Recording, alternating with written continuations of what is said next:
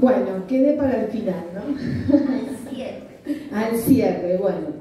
Primero quiero agradecer a mi compañera Elisa Ronco, que es secretaria de gremiales de CEPETER, perteneciente a UNI, que está acá presente, y también otras compañeras que nos han mandado saludos para estar con nosotros. Bueno, voy a empezar de atrás para adelante, así vamos a tener un desarrollo. Con el trabajo que se viene haciendo desde UNI, acá con Verónica, con esta propuesta, esta prioridad estratégica de las 3 semi, que también nos hace a las mujeres reflexionar sobre cuestiones que muchas veces, como bien lo detalló y lo expresó Verónica, nos da vergüenza, no queremos llevarlo a un debate, menos a un debate público, una charla y demás. Y ahí, sí, como dije bien antes, el año pasado revitalizamos el tema de la maternidad con la lactancia.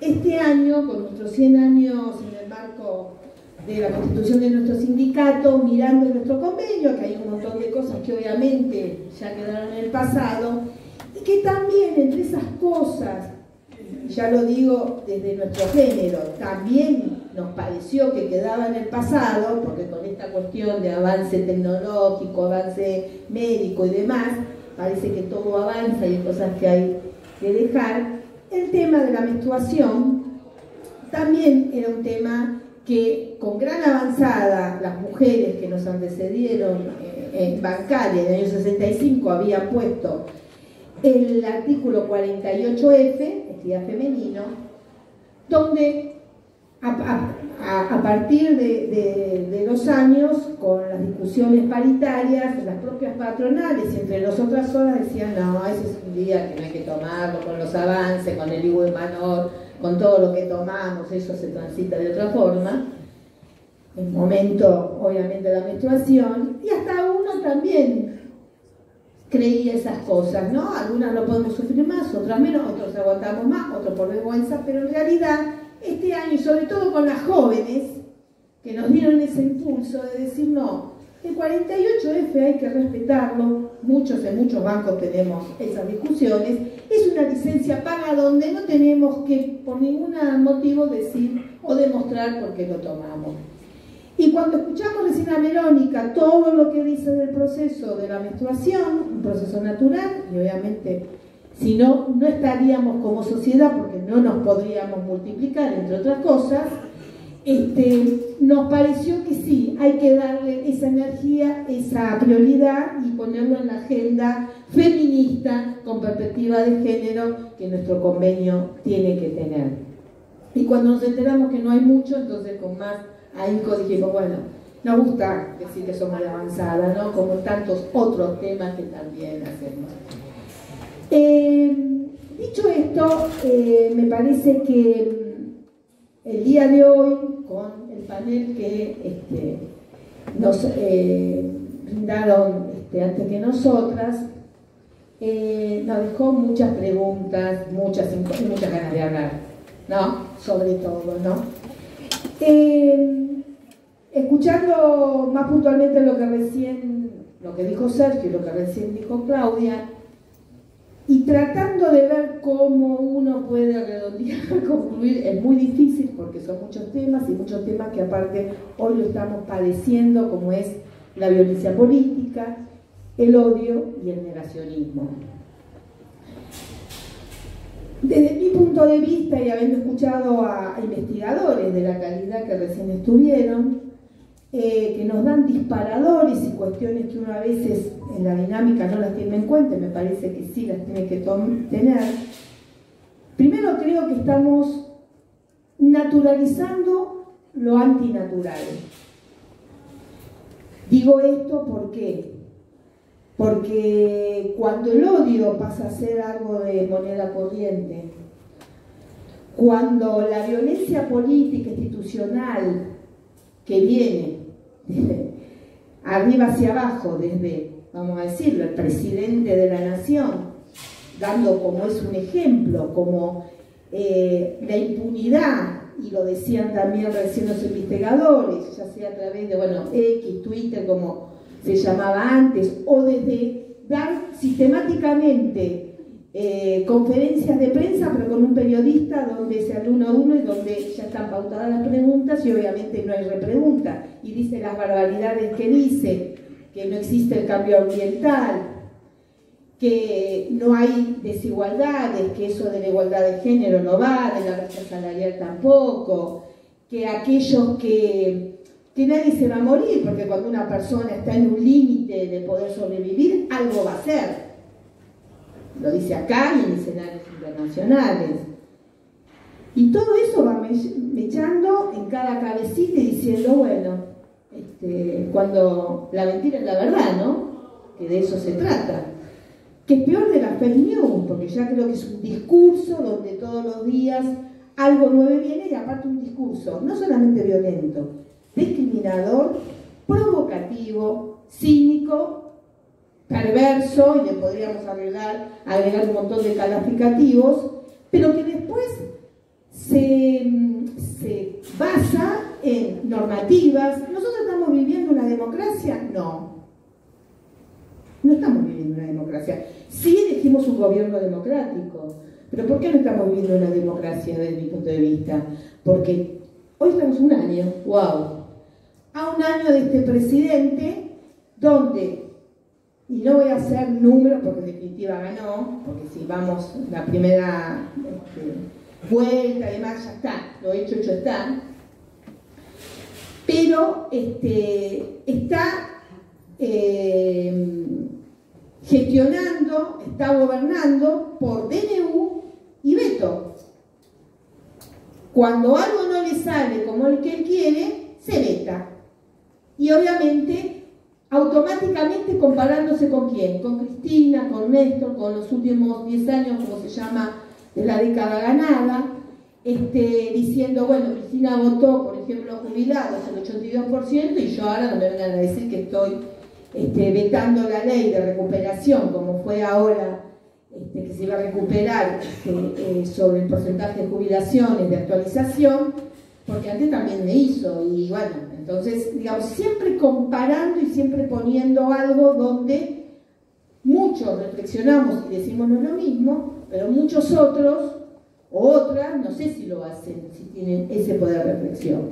Cuando estaban hablando los investigadores y diciendo que hasta el 2012, ¿no? Pusieron una línea en el tiempo, que hasta el 2012 nosotros veníamos como sociedad, como país, como nación, en alza en todo el avance de derechos, ya sea feminista, ya sea de derechos humanos, ya sea laborales, sociales, y así lo demuestran las leyes y también el avance de los sindicatos y de los movimientos sociales.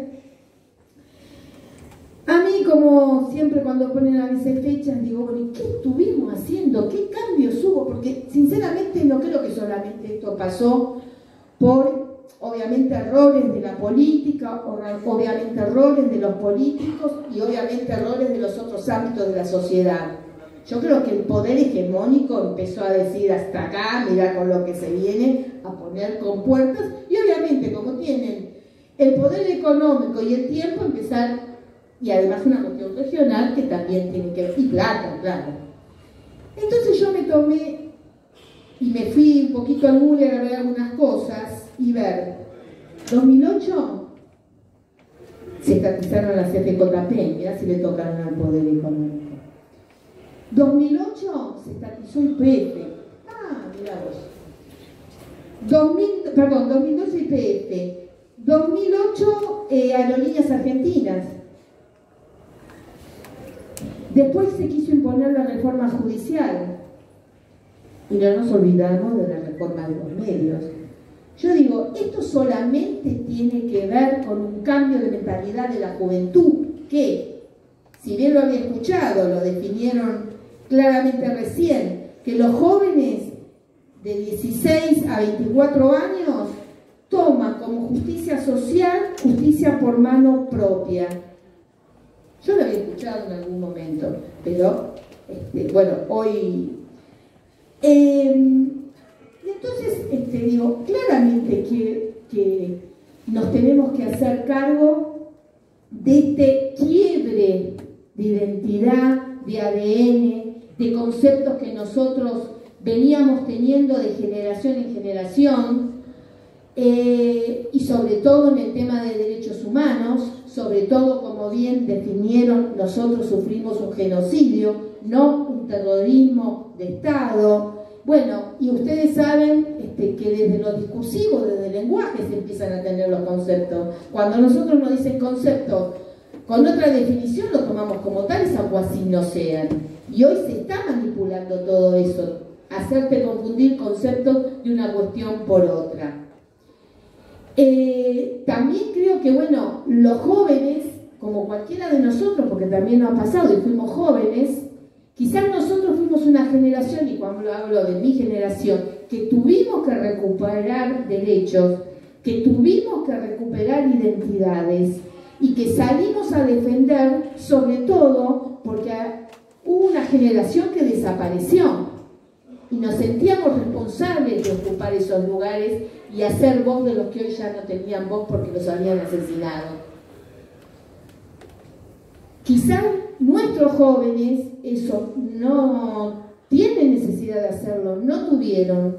Nosotros, por un efecto protector de decir, bueno, ustedes quédense acá y nosotros seguimos con esto, fuimos quizás anulando esa situación, porque muchos de los que estamos acá, en esta elección, hemos dicho, no sé cómo mis hijos, mis hijas, mis nietos, lo que sea, pudieron votar a la derecha, pudieron votar a Milei.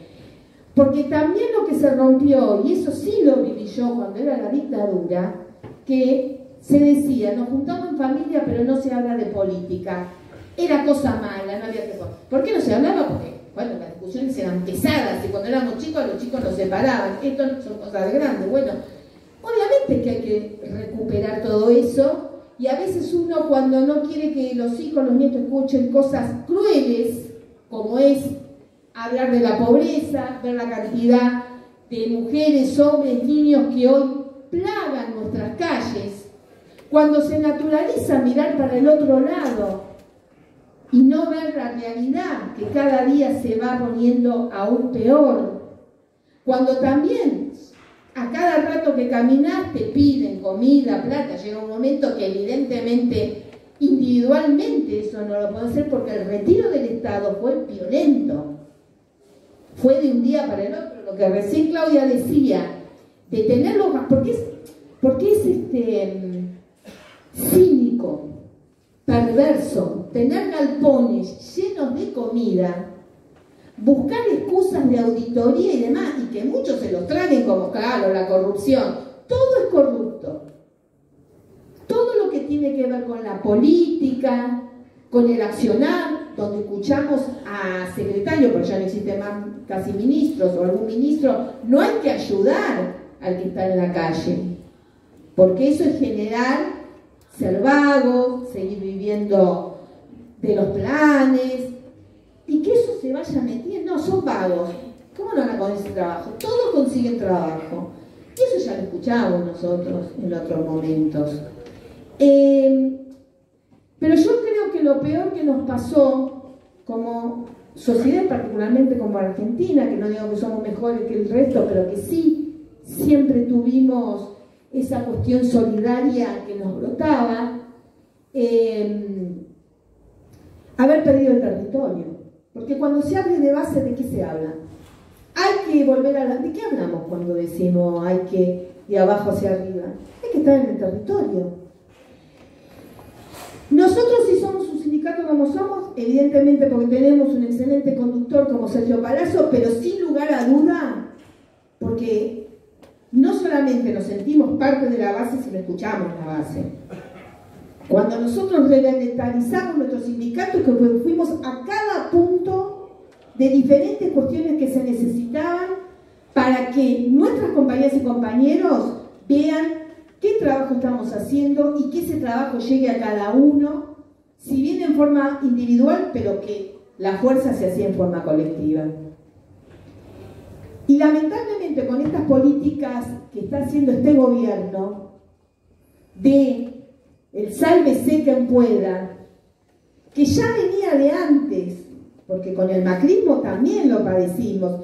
Y yo digo una cosa, la gente no se equivoca a votar, porque es que los pueblos se equivocan, y bueno, algo puede haber, pero cuando se vota como se vota, en contra, porque nosotros hacemos esa lectura de sí mismo, algo más tiene que haber, porque estúpidas no son. Y bueno, ¿qué es lo que hubo? Hubo, y acá se dijo, una foto en plena pandemia, más allá, yo creo que también nuestra generación de chicos de 30 y pico para abajo y ahí, efecto country, no se olviden eso, vivir subsumidos en lugares donde afuera pasaba una cosa y adentro pasaba otra. Y estoy hablando de la clase media, no estoy hablando de la alta solamente, Acá el compañero dijo el enano fascista, pero acá la conciencia que más prendió es la del pequeño burgués, en la clase media, en la cual nosotros estamos inmersos como bancarias y bancarias. Y yo creo que, bueno, esta cuestión de esta ruptura con la pandemia que se agudizó, de lo colectivo, de lo grupal y sobre todo del humano, porque a mí, a veces cuando yo escucho, no sé qué término decir, de las redes sociales, ¿qué queremos decir con redes sociales? ¿Qué tiene de sociales? Que llega a muchos, pero vínculos no hay. Se rompieron las redes humanas. Alguien te está diciendo, como que es la barbaridad y la impunidad que sea, porque se rompieron el mínimo respeto y las reglas, y entonces todo puede, vuelvo a decir, desde el presidente ni que hablar, pero que todos pueden hablar de todo, de la forma que sea. Es lo mismo esto. Uno ya con un aparato no se siente con esa responsabilidad y con esa cuestión de mirarse a la cara y bancarse de lo que el otro lado inmediato. Y lo gestual, perdimos lo gestual. O como yo muchas veces digo, ya en los cumpleaños ni siquiera te hacen un saludo por voz. Ahora, bueno, hay mensajitos de voz, más o menos, y ahí puedes escuchar un poquito.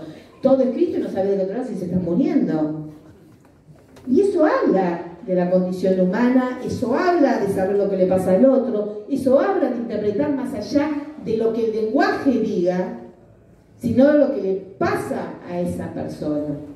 Entonces me parece, yo no sé si a veces es bueno tocar fondo para volver a salir. La verdad es que no me gusta, pero a veces sucede. Los políticos, los sindicalistas, los movimientos sociales creo que se perdieron justamente el territorio.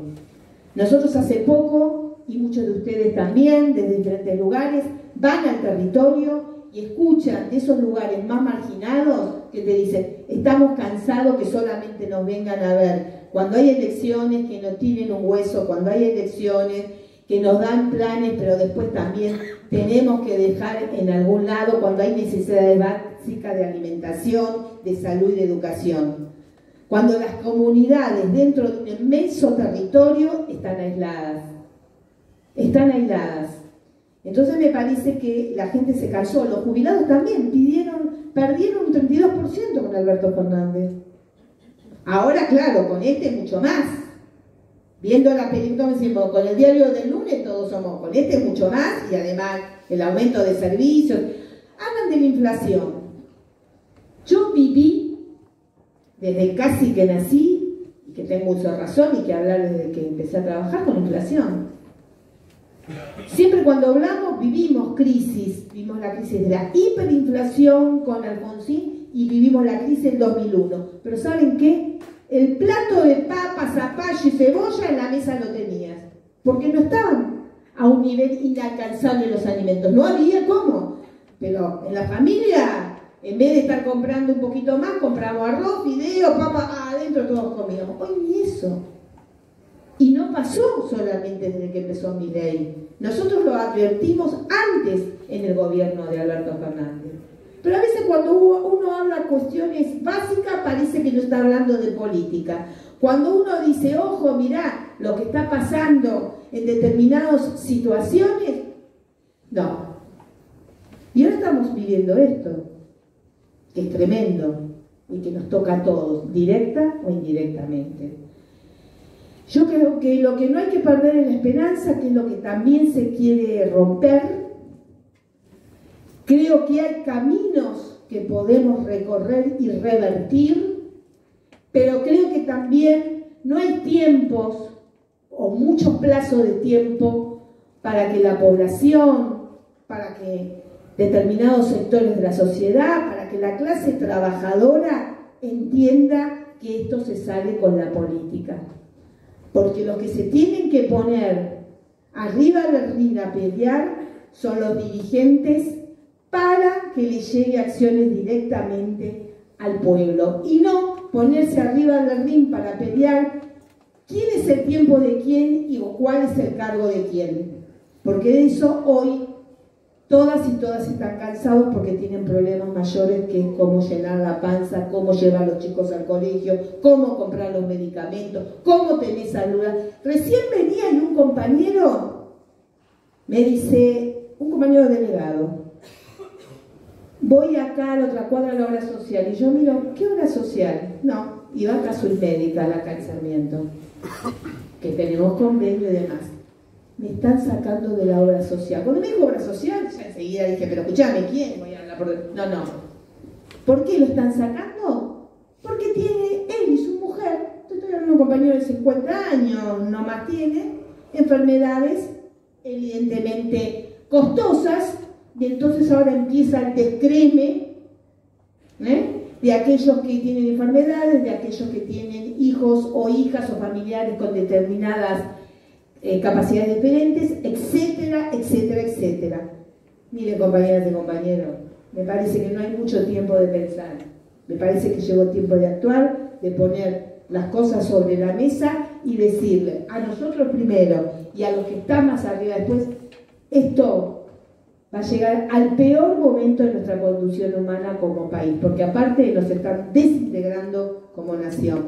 Por eso me parece que hoy, 10 de diciembre, el Día de los Derechos Humanos, que es el derecho supremo, tenemos que empezar a generar esa agenda y a interpelar y a exigir que quienes están a cargo salgan al frente, que sin ningún lugar a duda vamos a estar todos acompañándonos esta lucha.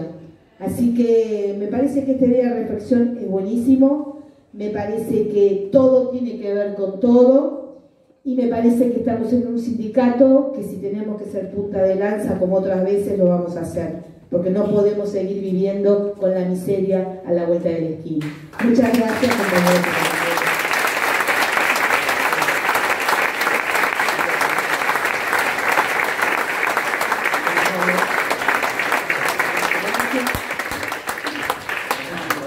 Las compañeras que cerraron esta jornada de reflexión y de trabajo conjunto, en particular digo a Verónica Fernández Méndez, jefa mundial del Departamento de Igualdad de Oportunidades de UNI, por supuesto a Claudia Machea, secretaria de Derechos Humanos, Género y Igualdad, y Alejandra Strupp, nuestra secretaria